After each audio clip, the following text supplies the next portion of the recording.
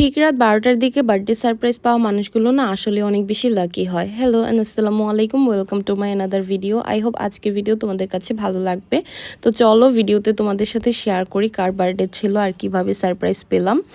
তো বার্থডে ছিল আমার ভাইয়ের মেয়ে ঐশীর। তো ঐশীর বার্থডের জন্য আমরা হচ্ছে সব কিছু অ্যারেঞ্জ করেছি, মানে ভাইয়া হচ্ছে আগে থেকে সব কেক, পেস্ট্রি, ওর পছন্দের চকলেট, ডোনাট সব কিছু নিয়ে এসেছিলো।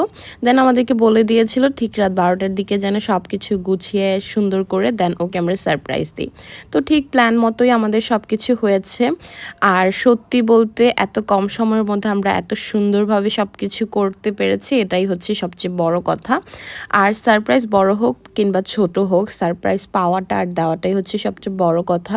তো এইখানে তো ঐশী পুরাই অবাক হয়ে গিয়েছিল ও সারপ্রাইজ পেয়ে। ও এক্সপেক্টও করে নাই যে ওর জন্য কেউ সারপ্রাইজ প্ল্যান করবে বা কিছু। ও আসলে অনেক বেশি লাকি। অনেক লাকি মানুষরাই হচ্ছে ঠিক রাত ১২টার দিকে সারপ্রাইজ পেয়ে থাকে। ১২টার দিকে তো আমরা উইশ অনেকের কাছ থেকেই পাই, বাট বার্থডে সারপ্রাইজ পাওয়াটা কিন্তু আসলে অনেক বেশি লাকের ব্যাপার। সো আমি বলব যে ঐশী হচ্ছে অনেক বেশি লাকি, সেজন্যই কিন্তু ঠিক রাত ১২টার দিকে ওর বাবা-মার কাছ থেকে এত সুন্দর একটা সারপ্রাইজ পেয়েছে। মাশাআল্লাহ, মাশাআল্লাহ। সবাই কিন্তু ওকে বার্থডে উইশ করে যেতে একদমই ভুলো না। আর ওর বার্থডে কিন্তু অলরেডি চলে গিয়েছে। আমি ভিডিওটা একটু লেটে আপলোড করছি। বাই দ্য ওয়ে, ওকে তোমরা সবাই উইশ করে দিয়ে যাও আর ওর জন্য অনেক অনেক দোয়া কইরো। আমি তো আমার লাইফে কখনোই মানে বার্থডে সারপ্রাইজ পাই নাই। এটা আমার লাইফের অনেক বড় দুঃখ যে আমি কখনোই কোনো দিনও পাই নাই, কারো কাছ থেকেই পাই নাই। আর ঠিক রাত ১২টার দিকে তো আরও মানে কখনোই না। ১২টার দিকের কথা বাদই দিলাম।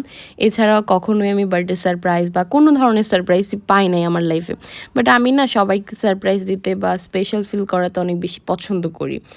আর আমি সারপ্রাইজ পাওয়াটা কারো কাছ থেকে এক্সপেক্টও করি না আর কখনো করবও না।